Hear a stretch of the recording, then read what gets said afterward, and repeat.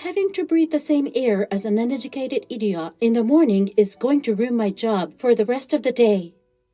Every day, the other employees and I had to put up with the abuse of an elite chief who had graduated from a prestigious university.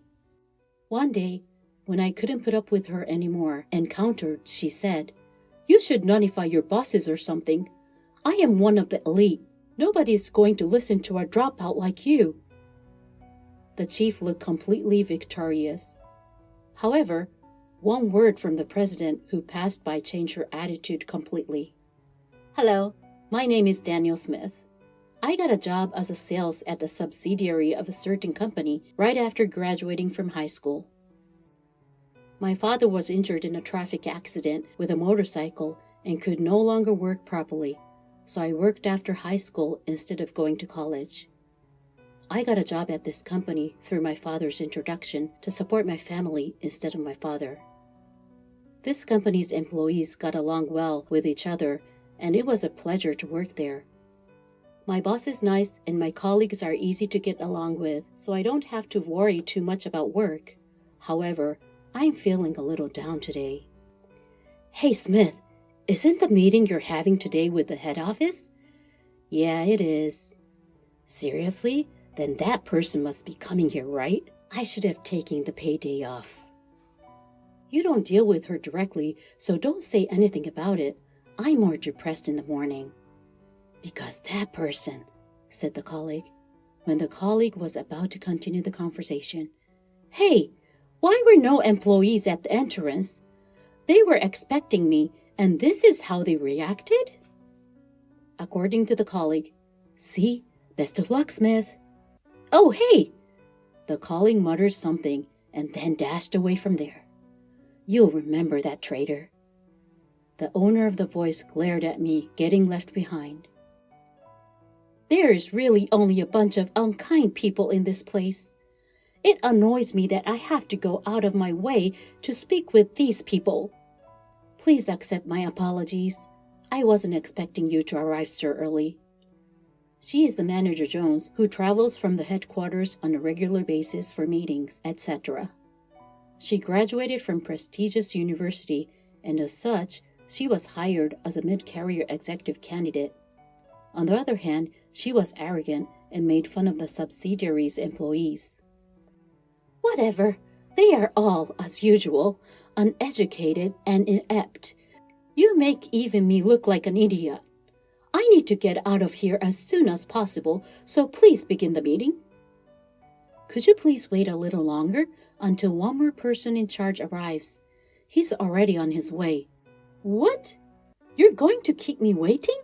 First and foremost, aren't you supposed to be ready to start as soon as arrive from the headquarters? You are all completely incapable.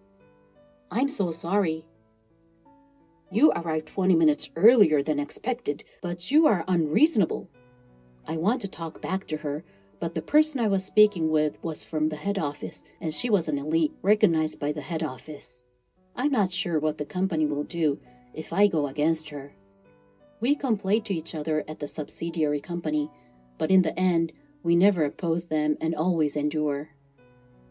I was working as usual, then one morning, as I was driving to work as usual, I noticed an elderly lady crouching down distressfully in the middle of the road.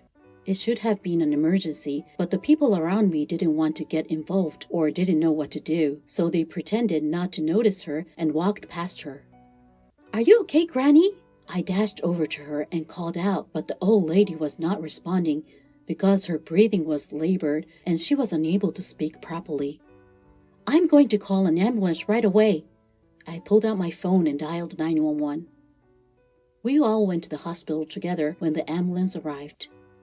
"It's okay to go home," the nurse said. "We'll take care of it over here until her family arrives." I had already informed the company that I will be late, and I was concerned about the grandmother, so I stayed with her until her family arrived. Fortunately, she was not in danger, and she could leave the hospital after a few days. We were overjoyed. A few weeks later, suddenly, I got a transfer order to our branch office of the headquarters. It was a direct order from the president of the headquarters.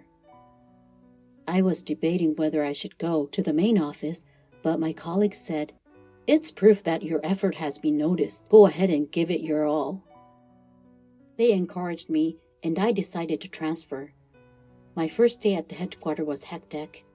First, I decided to greet each department individually. On my way there, I found the chief's bag in the corridor and hurried up to greet her, but she noticed me and gave me a disgusted look. "What are you doing here, you moron? Aren't you a little out of place?" "Good morning, Chief. I've been assigned here." "Oh, you're being relocated here? What exactly are they thinking?" The chief ignored my greeting and swore at me. "Having to breathe the same air as an uneducated idiot in the morning is going to ruin my entire day at work." "Chief, I'm sorry for making you feel that way." "Oh, please stop talking. Please do not approach me. I'm busy. Keep out of my way." Chief is in a bad mood today, and she wouldn't let me finish what I was saying. She waved her hand around as if attempting to flick off the swarming flies. Trying to continue the conversation at this point would be pointless. I gave up and returned to work. When I returned to the floor where the chief was, I overheard her cursing her subordinate. "You are inept. Why can't you do something as simple as this? This is something that even a new employee could do." "I'm sorry," says the employee. The employee's error was discovered, and she is very upset about it. The employee who is being yelled at tightens his fist, bows his head, and endures. "If this is the case, it will be far preferable to have another employee work for me rather than you. You are no longer useful to me. Get your desk cleaned up and out of my way." After saying these words to the employee, she turned to face me and our eyes met. She had already looked unhappy, but she twisted her face even more and glared at me. "What? You got back? Didn't I tell you to stay out of my way this morning?" "Please relax, Chief. I have something to tell you today." "Stop talking. Everyone is arrogant. I don't have time for stupid, incompetent people like you." The chief left the floor and slammed the door as hard as she could. I talked to the employee who had just been yelled at by the chief, frowning at the sound of the door closing violently. "Is that chief's typical attitude?" I asked. According to the employee, it's not just common, it's something that happens every day. She constantly disrespects me. That woman! In frustration, the employee raised his voice. "Quiet, the chief will hear you." If the chief hears him, she must say something bad to him.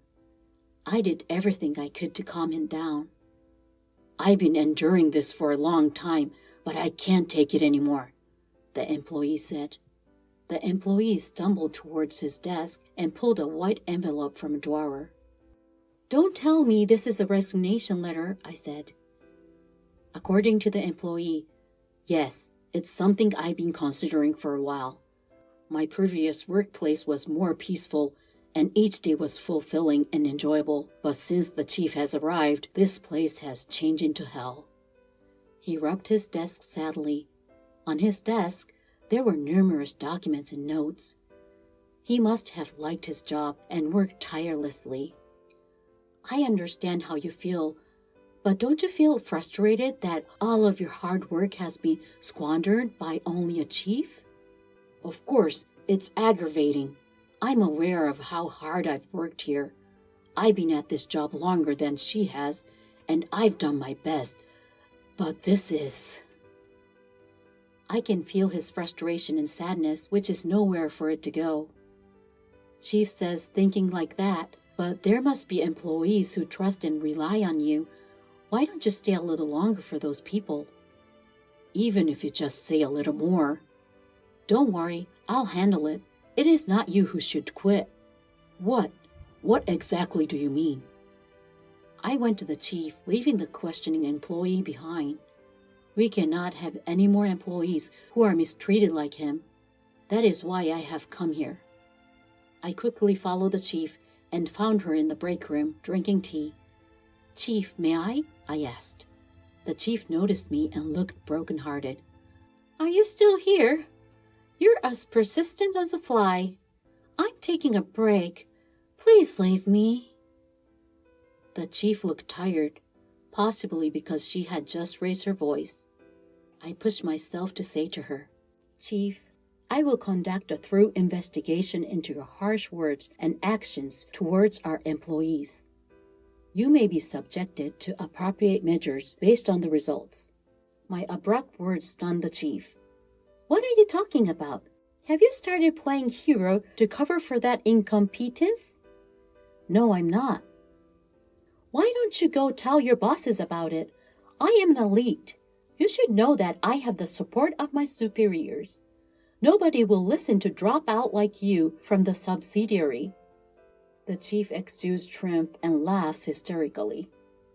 Then out of nowhere, a man appeared from the other side. Smith, it's you. How are things going for you? It was the president. I'm trying to do my best, thanks to you. Hello, President. What a happy coincidence that you've come. What happened to the grumpy chief from a while ago? She pretends an excellent chief to those people who are in higher position than herself. Haha, I'm glad to hear you're doing well. Have you established rapport with the new branch manager? What about the new branch manager? The chief is befuddled and stares blankly. It is Smith standing right in front of you. What? Have you not been briefed? This inept employee from a subsidiary company? You are a great jokester, boss. The chief laughs. The president, on the other hand, regarded the chief with suspicion. What are you talking about? Are you sure? I'm not making any jokes. You understand. He is now the branch manager of this branch office. Don't be so impolite as to label him incompetent. What the hell? The chief made a drawn face at me. I couldn't tell you because you ignored me earlier. I have informed the rest of the department. Oh no, such an illiterate incompetent. The chief's face had turned blue and she appeared to be about to collapse. When he sees such a chief, the president reluctantly opened his mouth. Let me tell you something about this fantastic opportunity. This was his father's business. He was unable to work properly after being injured in a car accident, so I took charge. Is he the former president's son? That's correct. I've been trying to convince him to relocate to the headquarters, but he's so stubborn that he didn't come. I apologize. I liked that place and I was satisfied. So what brought you here unexpectedly? Why didn't you just keep working at the subsidiary? The chief was out of her mind and forgot she was in front of the president and barked at me. The president, who had only seen the best of the chief, was unlikely to recognize this type of chief. He was taken aback while he is opening his eyes so widely. I made a strong request of him. He is my mother's lifesaver. Benefactor? What about the president's mother? Yes, the elderly lady I rescued a few weeks ago was the president's mother. When the president rushed in from the hospital entrance while I was waiting for the family, I was taken aback. I heard that he was the only one who went to see her first and called an ambulance, even though others pretended not to notice her and passed by. I didn't want him to be buried in such a subsidiary. So you personally appointed this guy as a branch manager? The president nodded and said, That's correct. I wondered if I was qualified to be the branch manager on the day I was appointed. I had been working for a subsidiary, then I was suddenly asked to lead a branch manager of the head office. Then, after hearing from the president, my father called and asked me to support the company he had built, and I made up my mind. That's why I've given him the position of branch manager going forward. Don't be disrespectful any longer and pay close attention to what Smith says. The president said sternly to the chief before leaving the room. That's the reason, Chief. I'm back in front of the chief again. You are mistreating not only your subsidiaries, but also your direct subordinates. I understand the frustration and sadness of being mocked because I am a low-educated incompetent. No, no! Now that I'm the branch manager and have witnessed this situation, I can't ignore it, so please be prepared. No! The chief sat down on the spot and began to weep because her elite pride severely wounded. It's no surprise. The person she had always looked down on because of less educated than her was suddenly in a higher position than she is, and she told me she was going to get rid of. Thus ended my difficult days. The next day, a detailed fact-finding investigation of the chief was conducted. As a result of interviewing several employees and subsidiaries who had had relations with her, a number of terrible comments and actions were reported. The punishment was disciplinary grounds. Upon receiving the news, the chief left the company as if she has no soul without talking back. Chief looked very depressed. She had high self-esteem, so I guess it's understandable. By the way, are you sure you want me to replace Chief? Oh, I felt I could trust you. The chief was fired, and in that vacant slot, he appointed him who had been yelled by her. He had been with the company for many years and was enthusiastic about his work. Of course, I had also checked out his past work performance, and he experienced the frustration and anger of being abused by former Chief Jones. I knew he would not do the same thing she did and would be a good boss who could understand the feelings of his employees. And as for me, I tried to do my job from the same perspective as the employees without being confined to the position of branch manager, referring to a subsidiary with which I was in good relations before.